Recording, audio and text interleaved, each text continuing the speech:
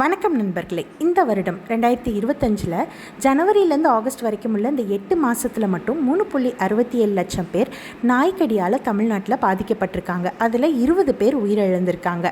நாய் நன்றி உள்ளது, மனுஷனை நம்புறதை விட நாயை நம்பலாம் அப்படிலாம் சொல்லி நம்ம கேள்விப்பட்டிருப்போம். ஆனால் நாய்க்கு வெறி பிடிச்சிருச்சு, ரேபிஸ் நோய் தாக்குதல் ஏற்பட்டுருச்சுன்னா அந்த நாயால் தனக்கு உணவளித்தவங்களாகவே இருந்தால் கூட அவங்க மேலே நன்றியாலாம் இருக்க முடியாது. ஏன்னா அது நோயால் பாதிக்கப்பட்டிருக்கு. அது வெறி பிடிச்சிருக்கனால யாராக இருந்தாலும் கடிச்சே தீரும். சின்னவங்க, பெரியவங்க, சாப்பாடு போட்டவங்க அப்படிலாம் அதால் பார்க்க முடியாது. இந்தியா முழுக்க தெருநாய்க்களுடைய எண்ணிக்கை அதிகமாயிட்டே போகுது. உத்தரப்பிரதேச மாநிலத்தில் 20 லட்சம் தெருநாய்க்கள் இருக்குது. ஒடிசா மாநிலத்தில் 17 லட்சம் தெருநாய்க்கள் இருக்குது. மகாராஷ்டிரா மாநிலத்தில் 12 லட்சம் தெருநாய்க்கள் இருக்குது. ராஜஸ்தானில் 12 லட்சம் தெருநாய்க்கள் இருக்குது. இந்தியா முழுக்க நாய்க்கடியால் பாதிக்கப்பட்டவங்களுடைய கேசஸ் அதிகமாயிட்டே போகுது. 2022லேருந்து 2024க்குள்ளே பார்த்தீங்கன்னா மகாராஷ்டிராவில் 13.5 லட்சம் கேசஸ், தமிழ்நாட்டில் 12.9 லட்சம், குஜராத்தில் 8.4 லட்சம், கர்நாடகாவில் 7.6 லட்சம், ஆந்திர பிரதேஷில் 6.5 லட்சம் கேசஸ் இது வரைக்கும் ரெக்கார்ட் பண்ணப்பட்டிருக்கு. இதனால் சுப்ரீம் கோர்ட் என்ன முடிவு எடுத்திருக்காங்கன்னா, நாய்களுக்கு, தெருநாய்களுக்கு ஒரு சரியான ஷெல்டர் கொடுக்கப்படணும் அப்படின்னு சொல்லி. தெருநாய்கள் ரோட்டில் எந்த பராமரிப்பும் இல்லாமல் விடப்பட்டிருக்கு. அதுக்கு அரசு பொறுப்பேற்று வருடம் ஒரு முறையோ 6 மாதத்துக்கு ஒரு முறையோ ஏதாச்சும் தடுப்பூசி போடலாம், இல்லை கருத்தடை பண்ணலாம். அப்போது தெருநாய்க்களுடைய எண்ணிக்கை ஒரு கண்ட்ரோல்குள்ளே இருக்கும். எதுவுமே இல்லாமல் இருக்கிறதுனால தெருநாய்க்கள் முக்கியமாக 10 தெருநாய் இருக்குன்னா அதில் ஒரு நாய் வெறி பிடிச்சிருக்கா இல்லையா அப்படின்னு சொல்கிறத நம்ம கண்டுபிடிக்கவே முடியாது. அதில் இருக்க வெறி பிடிச்ச நாயை யாராலையும் கண்டுபிடிக்க முடியாது. இன்னொன்று, ஒரு நாய்க்கு நோய் பரவி இருந்தால் அது மற்ற நாய்களுக்கும் பரவும். அதே மாதிரி அந்த தெருநாய் யாரையாவது கடிச்சு வைக்கிது அப்படின்னு சொன்னால் அவங்களுக்கு உடனே மருத்துவம் கிடைக்கலன்னா அவங்க மரித்து போயிடுவாங்க. ஏன்னா ரேபிஸ்க்கு சரியான மருத்துவம் அளிக்கப்படலைன்னா மரணம் நிச்சயம். அப்போது இதெல்லாம் பார்க்குறப்போ நிச்சயமாக தெருநாய்க்களை குறித்த ஒரு விழிப்புணர்வு ஏற்படணும். பொதுவாக நாய்களுக்கு ஆதரவாக பேசுகிறவங்க நிறைய பேர் வீட்டில் காரில் ஏறி அங்கே போய் ஏர்போர்ட்டில் காரில் இறங்கி திரும்ப ஃப்ளைட்டில் ஏறி ஒரு இடத்துக்கு போகிறவங்களா இருப்பாங்க. ஆனால் அதிகமாக தெருநாய்க்களால் கடிக்கப்படுறவங்க யார் அப்படின்னு பார்த்தோன்னா சாமானிய மக்கள் தான் கடிக்கப்படுறாங்க. ஏன்னா அவங்க நடந்து தெருக்களில் போவாங்க, இல்லை சைக்கிளில் போவாங்க, வண்டியில் போவாங்க. உடல்நலம் சரியில்லாமல் ராத்திரி நேரத்தில் மனைவியவோ, கர்ப்பிணி மனைவியவோ, இல்லை வயதான தாயாரையோ, இல்லை வயதானவங்க யாராச்சும் ரோட்டில் நடந்து போயிட்டு இருந்தால் நாயுடைய தாக்குதலுக்கு உட்படுறாங்க. இந்த மாதிரி நேரங்களில் சுற்றி உள்ளவங்க காப்பாற்ற வர்றதுக்குள்ள அந்த நாய்கள் பாதிக்கப்பட்டவரை கடிச்சு கொதறிடுது. ரொம்ப கொடூரமான தாக்குதலாக இருக்குது. இந்த மாதிரி சூழலில் யாராவது நாய்க்கடிக்கு உட்படுறாங்கன்னா தயவு செய்து சுற்றி இருக்கிறவங்க அவங்க யார் என்னன்னு கூட பார்க்காம தயவு செய்து ஜிஹெச் ஹாஸ்பிட்டலில் உடனே சிகிச்சைக்கு அழைச்சிட்டு போங்க. அவங்களுக்கு உதவி பாராட்டுங்க. ஏன்னா சிகிச்சை உடனே கிடைச்சா கூட அவங்க உயிர் பிழைப்பாங்க.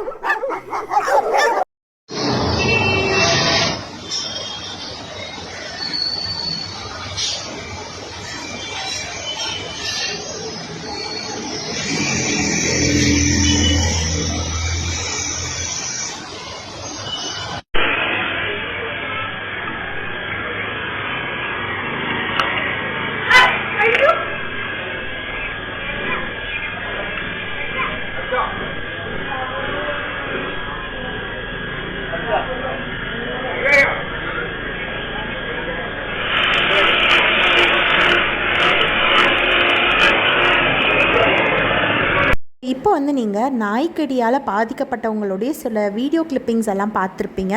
ஸோ நீங்கள் டாக் லவர்ஸாக இருந்தீங்கன்னா நீங்கள் அதை சரியான முறையில் வேக்சின்ஸ் போட்டு பராமரித்து தெருநாய்க்களாகவே இருந்தாலும் ஷெல்டர் கொடுத்து ஆதரிங்க. நீங்கள் வரவேற்கப்படுறீங்க. அதே மாதிரி நாய்க்கடியால் பாதிக்கப்பட்டவங்களாக இருந்தீங்கன்னா உடனே நீங்கள் ஜிஹெச் ஹாஸ்பிட்டலுக்கு போய் ரேபிஸ்க்கான ஊசியை போட்டுக்கோங்க. அப்புறம் உங்கள் குழந்தைங்கள பத்திரமா வச்சுக்கோங்க. எல்லோரும் சேஃபாக இருங்க. நன்றி.